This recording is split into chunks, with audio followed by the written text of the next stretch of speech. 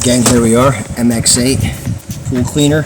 I'm going to replace the actual tires, and this will work for the MX6 or the 8. It's the same exact technique for both. So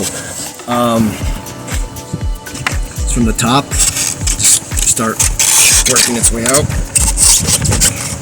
Gotta get a little force in there, and once you get it off of one, it just falls off. Now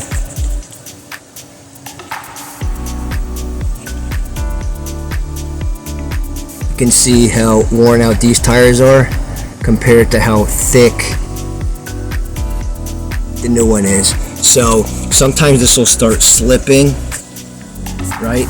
Or it just rotates on itself because they're getting so bald, and that's when it's time to replace them. So I like getting it on the top one first, then either of the leg, and then stretching it out and wrapping it around the third leg, or a third wheel.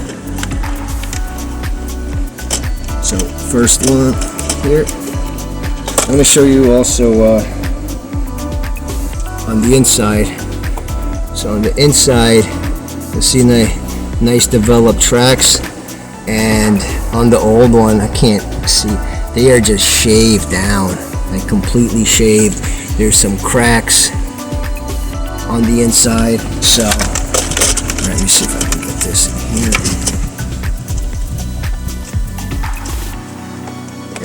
One, get it in a second, and then for the last one, just pull, stretch.